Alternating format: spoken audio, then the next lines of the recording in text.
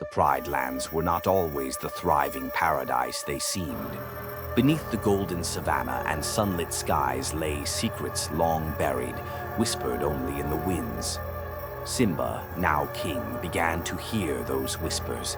They came at night, carried on the howls of hyenas and the distant cries of vultures. It started with the drought.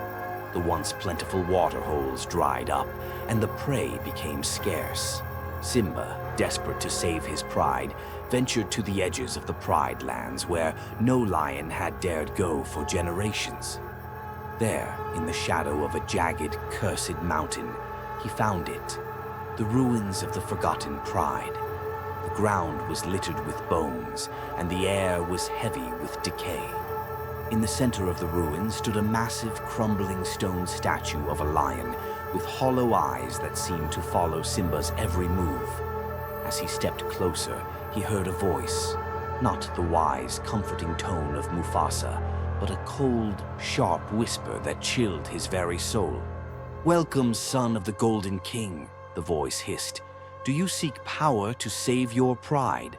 Simba hesitated but nodded. "I'll do whatever it takes to protect my family." The voice laughed, echoing off the desolate rocks. "Very well, but power comes with a price. Call the shadows and they will obey, but beware, for they hunger." When Simba returned to Pride Rock, the rains began to fall and the land revived. Prey returned and the pride celebrated. But something was wrong. Simba's once kind eyes were now cold and calculating.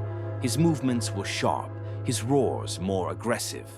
And when he stepped into the moonlight, his shadow moved unnaturally, twisting and writhing as if it had a life of its own. Soon, strange things began happening. Hyenas, once banished, returned to the Pride Lands, not as enemies, but as eerie, silent followers. Their eyes glowed faintly red in the dark. Members of Simba's pride began disappearing without a trace, their absence explained away as rogue attacks or natural causes.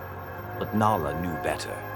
One night, Nala followed Simba to the outskirts of the Pride Lands, where she saw him standing before a pool of black water, his reflection a grotesque, shadowy version of himself. The reflection spoke, its voice a distorted echo of Simba's own. "You are no longer a king," it sneered. "You are a servant of the shadows. Feed us, or we will take everything." Simba bowed his head, his shoulders trembling. "I didn't want this. I only wanted to save my pride." Nala gasped, and Simba turned sharply, his eyes glowing faintly red. "You shouldn't have followed me," he said, his voice a mixture of sorrow and menace.